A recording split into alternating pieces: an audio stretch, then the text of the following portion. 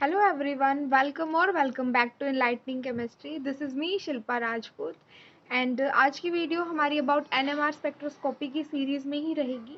आज हम बात करने वाले हैं about the coupling constant and factors affecting the coupling constant. So without any further delay let's move to the video. तो स्टार्ट करते हैं हम अपना आज का topic that is coupling constant. Coupling constant होता क्या है? तो स्टार्ट करने से पहले अगर आपने मेरी अभी तक एनएमआर स्पेक्ट्रोस्कोपी पर मैंने जितनी भी वीडियोस अपलोड नहीं की हुई हैं उनको अगर आपने नहीं देखा तो प्लीज़ जाकर पहले वो वीडियो देखिए, उसके बाद ही आपको इस वीडियो को देखने का कोई फ़ायदा मिलेगा, अदरवाइज़ आपका इस वीडियो को देखने का कोई भी फ़ायदा नहीं है। तो मैंने अपनी लास्ट वीडियो में आपको बताया था कि एनएमआर स्पेक्ट्रा के अंदर या एनएमआर स्पेक्ट्रोस्कोपी जब हम नोट करते हैं या ऑब्जर्व करते हैं या हम स्पेक्ट्रा नोट करते हैं तब हम देखते हैं कि जो सिग्नल है ना एनएमआर स्पेक्ट्रोस्कोपी के अंदर वो सिग्नल स्प्लिट हो जाता है। It can be splitted into doublet, triplet और द मल्टीप्लेट फॉर्म्स। ठीक है, डबलेट, ट्रिपलेट और मल्टीप्लेट फॉर्म के अंदर सिग्नल स्प्लिट हो जाता है और सिग्नल की स्प्लिटिंग डिपेंड करती है किसके ऊपर? आपके नेबरिंग प्रोटॉन्स के ऊपर। Okay, so the separation between the peaks of signal in a given doublet, triplet or the multiplet form is termed as coupling constant। उसको हम बोलते हैं coupling constant। now it is denoted by J। coupling constant को हम J से denote करते हैं। now the units of coupling constant is usually hertz और CPS।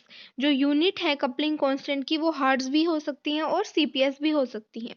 ठीक है, CPS means cycles per second। Okay, अब आपको एक इम्पॉर्टेंट कन्वर्जन जो याद रखना है दैट इज कि आपका पीपीएम को आप हर्ट्ज में कैसे कन्वर्ट करोगे। ओके, तो ये आपको कन्वर्जन याद रखना है, PPM is equal to hertz over milli hertz.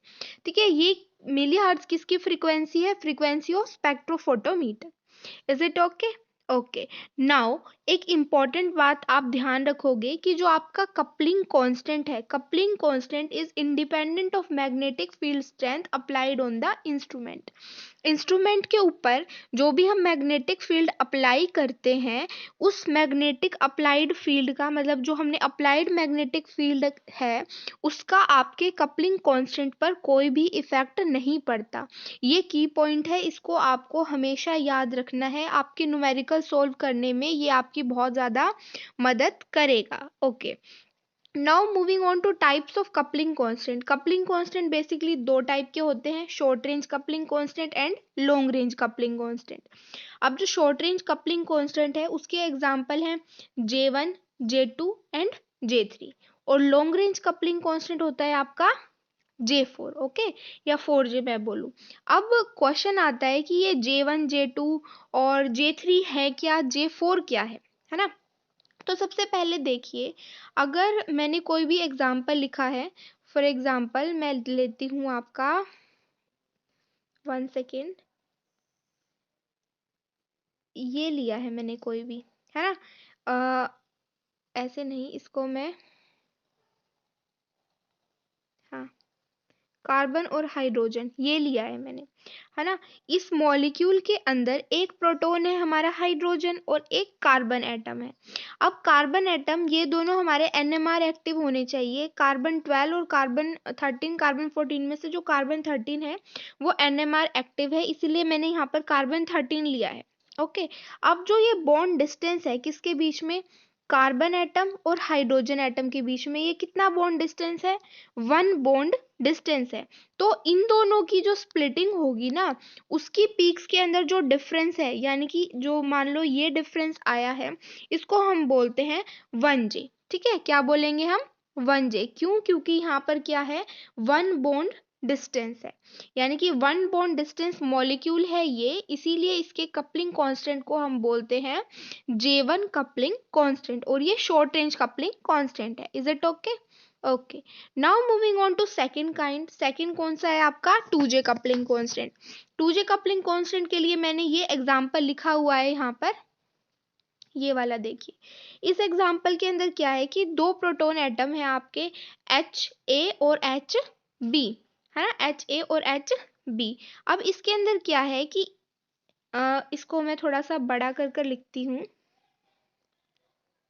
यहाँ पे आपका H और यहाँ पे HB और ये HA है। अब मुझे HA से HB के ऊपर जाना है ना। HA से मुझे HB की तरफ जाना है, तो मुझे कितने बॉन्ड को क्रॉस करना पड़ेगा, या मैं यूं कहूँ कितने बॉन्ड का डिस्टेंस है। एक तो ये वाला बॉन्ड क्रॉस करना पड़ेगा, एक ये बॉन्ड क्रॉस करना पड़ेगा। इसका मतलब यहाँ पर दो बॉन्ड को क्रॉस करने के बाद मैं HA से HB तक पहुंच जाऊंगी, या मैं यूं कहूँ HB से HA तक पहुंच जाऊंगी। तो इन मॉलिक्यूल्स के अंदर जो बॉन्ड डिस्टेंस है वो 2 बॉन्ड डिस्टेंस है, ठीक है। इसीलिए इन प्रोटॉन्स के कपलिंग कांस्टेंट को हम 2J कपलिंग कांस्टेंट बोलते हैं, और इसको साथ साथ में हम जर्मिनल कपलिंग बोलते हैं, जर्मिनल कपलिंग, ओके। और बेसिकली जो ये जर्मिनल कपलिंग है आपकी, ये डायस्टीरियोट्रॉपिक मॉलिक्यूल्स के अंदर पाई जाती है। कहाँ पर? डायस्टीरियोट्रॉपिक मॉलिक्यूल्स के अंदर। अब मैं बात करूं आपके 3J कपलिंग कांस्टेंट के बारे में। किसके बारे में? 3J कपलिंग कांस्टेंट के बारे में। तो यहाँ देखिए क्या है बेसिकली आपका जो 3J कपलिंग कांस्टेंट के लिए मैंने ये एग्जांपल लिया है, इसको मैं बड़ा कर लिखूं तो कुछ ये इस टाइप से है। यहाँ पे आपका HA है और यहाँ पर HB है। अब मुझे HA से HB तक जाना है, तो उसके लिए मुझे क्या करना पड़ेगा, कितने डिस्टेंस क्रॉस करने पड़ेंगे बॉन्ड?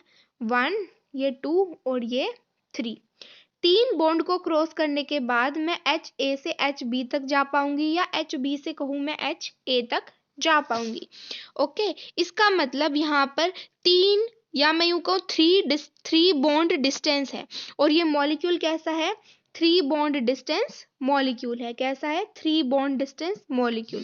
और ऐसे प्रोटॉन्स के अंदर क्या होता है बेसिकली, इसके अंदर इन वाले मॉलिक्यूल्स की जो कपलिंग होती है, या उनका जो कपलिंग कांस्टेंट होता है, उसको हम 3J कपलिंग कांस्टेंट बोलते हैं, और it is also termed as vicinal coupling. इसको हम विसिनल कपलिंग भी बोलते हैं। Is it clear?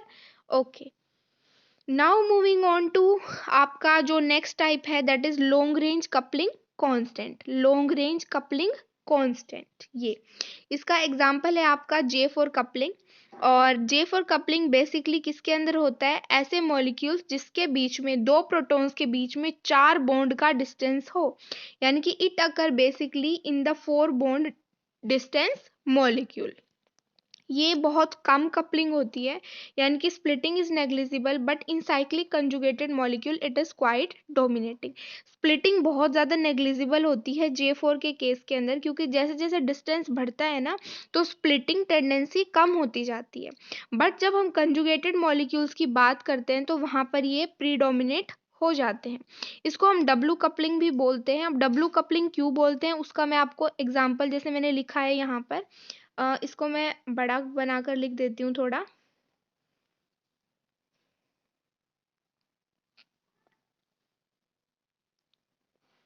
ओके, मैंने ऐसा कुछ लिखा है।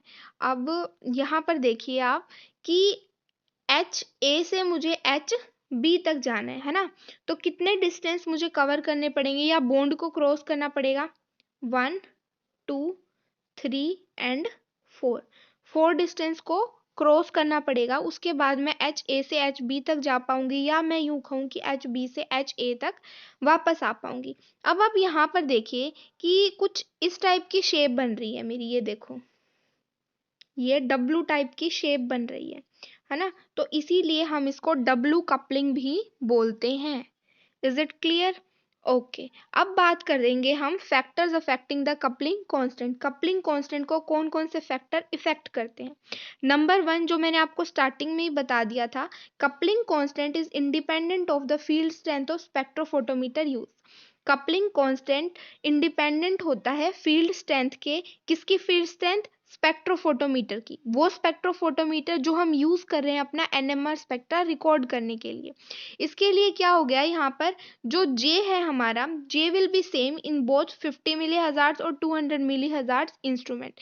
कोई भी मतलब स्ट्रेंथ, फील्ड स्ट्रेंथ का मैं इंस्ट्रूमेंट ले लूँ, दोनों केस में J की वैल्यू सेम आएगी। Next is bond distance.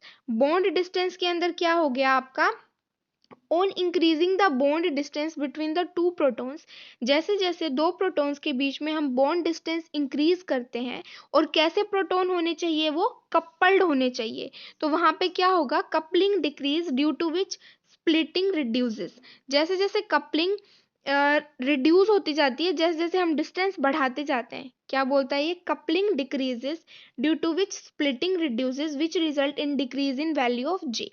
जैसे जैसे दो प्रोटॉन्स के बीच में डिस्टेंस इंक्रीज होगा, वैसे वैसे स्प्लिटिंग कम हो जाएगी। स्प्लिटिंग कम होने का मतलब कि वहां पर कपलिंग अच्छे से नहीं हो रही, इसका मतलब आपके जे की वैल्यू डिक्रीज हो जाएगी। ओके, अब मैंने यहाँ पर 3 मॉलिक्यूल लिखे हैं, ठीक है, ये 3 मॉलिक्यूल लिखे हैं मैंने, 1 2 और 3। अब आपको मुझे बताना है कि इन तीनों के अंदर से कपलिंग कांस्टेंट किसका ज्यादा है। वैसे तो मैंने अभी आंसर दिखाई दिया आपको, but still you can try. तो ये देखिए आप, इसके बीच में एच ए से एच बी तक जाने में कितने डिस्टेंस ट्रेवल करने हैं, 3, यहाँ पर भी 3 और यहाँ पर भी 3 डिस्टेंस ट्रेवल करने हैं। बट अब बात आती है कि दोनों में तीनों में 3 डिस्टेंस कवर करने हैं, मतलब ये किसका एग्जांपल है, 3J कपलिंग का।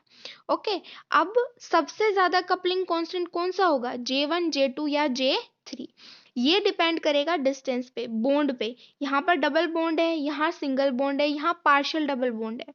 और आपको मैंने जब जीओसी पढ़ाया था वहां पर मैंने बताया था कि सबसे ज्यादा बॉन्ड लेंथ होती है सिंगल बॉन्ड की, फिर आती है पार्शियल डबल बॉन्ड की, फिर आती है डबल बॉन्ड की। तो यहाँ पर जिसकी जितनी ज्यादा बॉन्ड लेंथ होगी, कपलिंग उतनी ही वीक होगी। इसका मतलब ये तो आ गया लास्ट 3। उसके बाद partial double bond second number पे, और फर्स्ट नंबर पे आपका डबल बॉन्ड। इट मींस इसका ऑर्डर क्या हो गया, इसका ऑर्डर हो गया आपके पास J1 is greater than J3 is greater than J2। सबसे कम कपलिंग होगी आपके J2 के अंदर, और सबसे ज्यादा कपलिंग होगी आपकी J1 के अंदर। ओके, आई होप आपको ये वाला कॉन्सेप्ट अच्छे से क्लियर हो गया है, क्योंकि आपके एग्जाम्स के अंदर इसी टाइप के क्वेश्चन आते हैं। ओके, ये था J1 is greater than J3 is greater than J2। Okay, now moving on to another example, हम दूसरे एग्जाम्पल पर मूव करते हैं। ये हमारे पास एक एग्जाम्पल मैंने 2 लिखे हुए हैं, जिसमें J1 और J2 दो कपलिंग कांस्टेंट हैं हमारे पास इन 2 अलग अलग मॉलिक्यूल्स के। अब हमें बताना है कि कौन सा बड़ा है और कौन सा कम। तो आप ये देखो, यहाँ पर ये कौन सा है, एसिटाइलिन मॉलिक्यूल है। यहाँ पर दोनों हाइड्रोजन एक दूसरे के इक्विवेलेंट होते हैं, मतलब HA is equal to HB। तो आपको पता है स्प्लिटिंग वहीं होती है जहां पर नॉन इक्विवेलेंट प्रोटॉन्स हो, बट यहाँ पर तो इक्विवेलेंट प्रोटॉन्स है। इट मींस यहाँ पर तो स्प्लिटिंग पॉसिबल ही नहीं है। तो आपको जब भी क्वेश्चन गिवन हो, आप सबसे पहले चेक करोगे कि वहां पर स्प्लिटिंग हो भी रही है या नहीं हो रही। उसके बाद आप अपने J की वैल्यू को चेकआउट करोगे, ठीक है। In acetylene proton not protons not coupled, coupling वहां पर नहीं होती, because HA is equal to HB। Okay, now moving on to third factor, that is bond angle. Bond angle के लिए हम अपना 3J कपलिंग को ही कंसीडर करके चलेंगे। 3J कपलिंग के अंदर क्या होता है, the variation of coupling constant with the bond angle is based on the Karplus relation. Karplus relation हमें बताती है कि बॉन्ड एंगल और कपलिंग कांस्टेंट एक दूसरे के साथ किस तरह से रिलेटेड है। अब कार्पलस इक्वेशन के अकॉर्डिंग क्या होता है, जैसे जैसे डाईहेड्रल एंगल इंक्रीज करता है 0 से 90 डिग्री पर, डाईहेड्रल एंगल इंक्रीज करेगा 0 से 90 डिग्री पर, तो वहां पर J की वैल्यू डिक्रीज होगी, वैल्यू ऑफ J डिक्रीजेस। 0 से 90 तक जब हम जाएंगे J की वैल्यू कम होगी, और जब हम 90 से 180 की तरफ जाएंगे तो J की वैल्यू इंक्रीज होगी। इसको मैंने एक कार्पलस कर्व की हेल्प से भी लिख के दिखाया है। ये रहा आपका कार्पलस कर्व। इसके अंदर क्या है, J की वैल्यू 0 से 90 तक जा रही है तो डिक्रीज हो रही है, मतलब डाईहेड्रल एंगल जब मेरा 0 से 90 पे जा रहा है तो J की वैल्यू डिक्रीज हो रही है। बट अगर J की वैल्यू 0 से 180 तक लेके, मतलब डाईहेड्रल एंगल की वैल्यू 0 से 180 की तरफ जाती है, सॉरी मैं शायद उल्टा बोल रही हूँ, 90 से 180 तक जब डाईहेड्रल एंगल की वैल्यू जाती है, तब J की वैल्यू इंक्रीज करती है। ये हमारी कार्पलस कर्व है और इसकी कार्पलस इक्वेशन भी होती है, वो मैं आपको बाद में कराऊंगी। अभी सिर्फ इतना याद रखो कि जे का वेरिएशन डाइहेड्रल एंगल से कैसे होता है।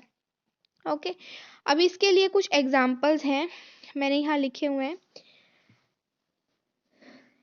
एग्जाम्पल से पहले नहीं, चलो पहले हम एग्जाम्पल से पहले एक टेबल देखते हैं।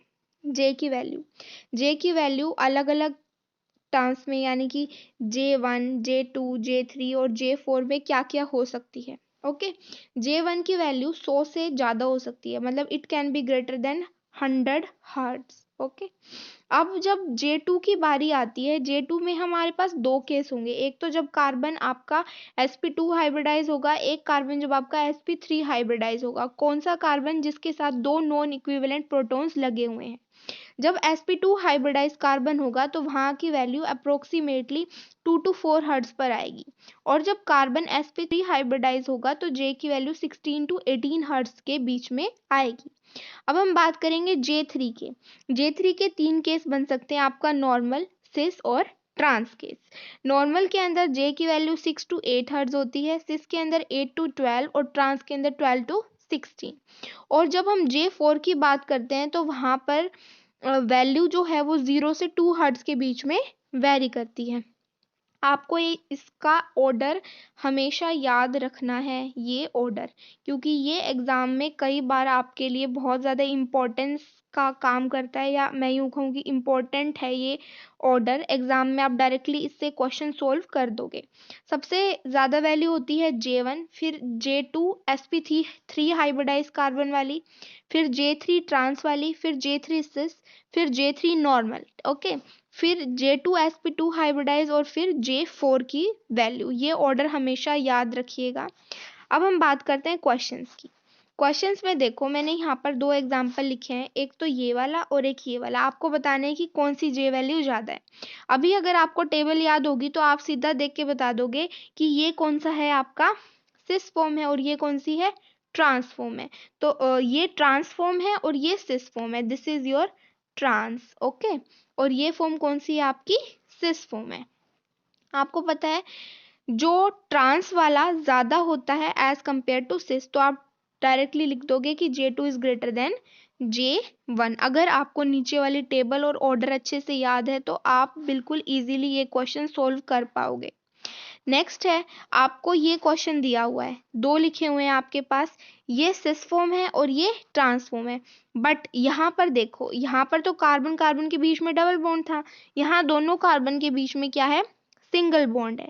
और आपको पता है single bond can rotate freely, single bond freely rotate कर सकता है, जिसकी वजह से क्या होगा कि आपका सिस फॉर्म और ट्रांसफॉर्म एक दूसरे के अंदर इंटर कन्वर्टेबल होंगे।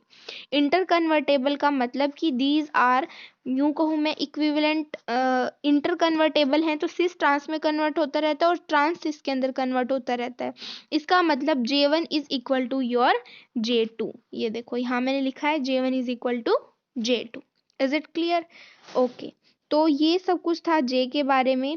कपलिंग कांस्टेंट, उसको कौन कौन से फैक्टर इफेक्ट करते हैं, सबसे ज़्यादा इंपॉर्टेंस जो आपके न्यूमेरिकल टाइप क्वेश्चंस आएंगे उसके अंदर आपको ये J वाली पूरी टेबल लर्न होनी चाहिए, तभी आप अपने क्वेश्चंस को इजीली सोल्व कर पाओगे। आई होप आपको वीडियो अच्छी लगी हो। अगर वीडियो अच्छी लगी है तो प्लीज़ वीडियो को लाइक करें, share with your classmates and friends, and subscribe to Enlightening Chemistry, and also don't forget to press the bell icon. Thank you so much for watching this video.